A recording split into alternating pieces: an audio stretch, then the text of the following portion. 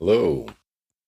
So today, as I'm continuing to work my way through the book of Matthew, I'm on Matthew 16.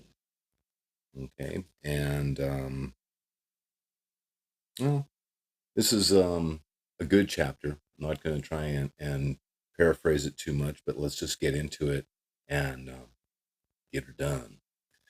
Okay. And the Pharisees and Sadducees came, and to test him, they asked him to show them a sign from heaven. And he answered them, "When it is evening, you say, 'It will be fair weather, for the sky is red.' And in the morning, 'It will be stormy today, for the sky is red and threatening.' You know how to interpret the appearance of the sky, but you cannot interpret the signs of the times. An evil and adulterous generation seeks for a sign, but no sign will be given to it except the sign of Jonah." So he left them and departed. When the disciples reached the other side, they had forgotten to bring any bread. Jesus said to them, "Watch and beware of the leaven of the Pharisees and the Sadducees." Well, and they began to discuss among themselves, saying, "We brought no bread." But Jesus, aware of this, said, "Oh, you of little faith, why are you discussing among yourselves the fact that you have no bread? Do you not perceive? Do you not remember the 5 loaves for the 5,000 and how many baskets you gathered? Or the 7 loaves for the 4,000 and how many baskets you gathered? How is it that you fail to understand that I did not speak about bread? Beware of the leaven of the Pharisees and Sadducees."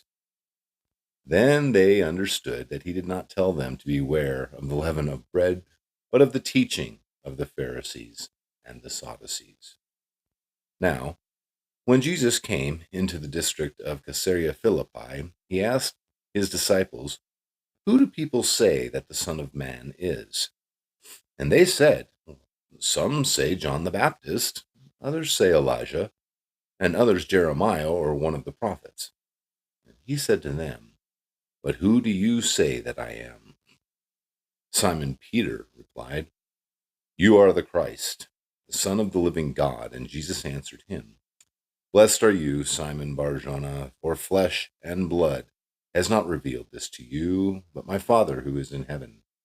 And I tell you, you are Peter, and on this rock I will build my church, and the gates of hell shall not prevail against it. I will give you the keys of the kingdom of heaven, and whatever you bind on earth shall be bound in heaven, and whatever you loose on earth shall be loosed in heaven." Then he strictly charged the disciples to tell no one that he was the Christ. From that time, Jesus began to show his disciples that he must go to Jerusalem, and he must suffer many things from the elders and the chief priests and scribes, and be killed, and on the third day be raised. And Peter took him aside and began to rebuke him, saying, "Far be it from you, Lord, this shall never happen to you." But he turned and said to Peter, "Get behind me, Satan. You are a hindrance to me, for you are not setting your mind on the things of God, but on the things of man." Then Jesus told his disciples, "If anyone would come after me, let him deny himself and take up his cross and follow me.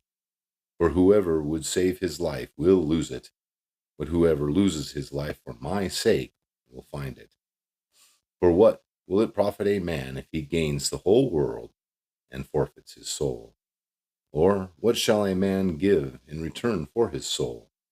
For the Son of Man is going to come with his angels in the glory of his Father, and then he will repay each person according to what he has done. Truly, I say to you, there are some standing here who will not taste death until they see the Son of Man coming in his kingdom." This was the living word that was given to us, and it's as relevant as it has ever been in 2,000 plus years. If you earnestly get into the living word, the Holy Spirit will start to speak to you in your heart, and it changes you from the inside out. So spend some time, get into the word, meditate on the word, and let Jesus change you from the inside out.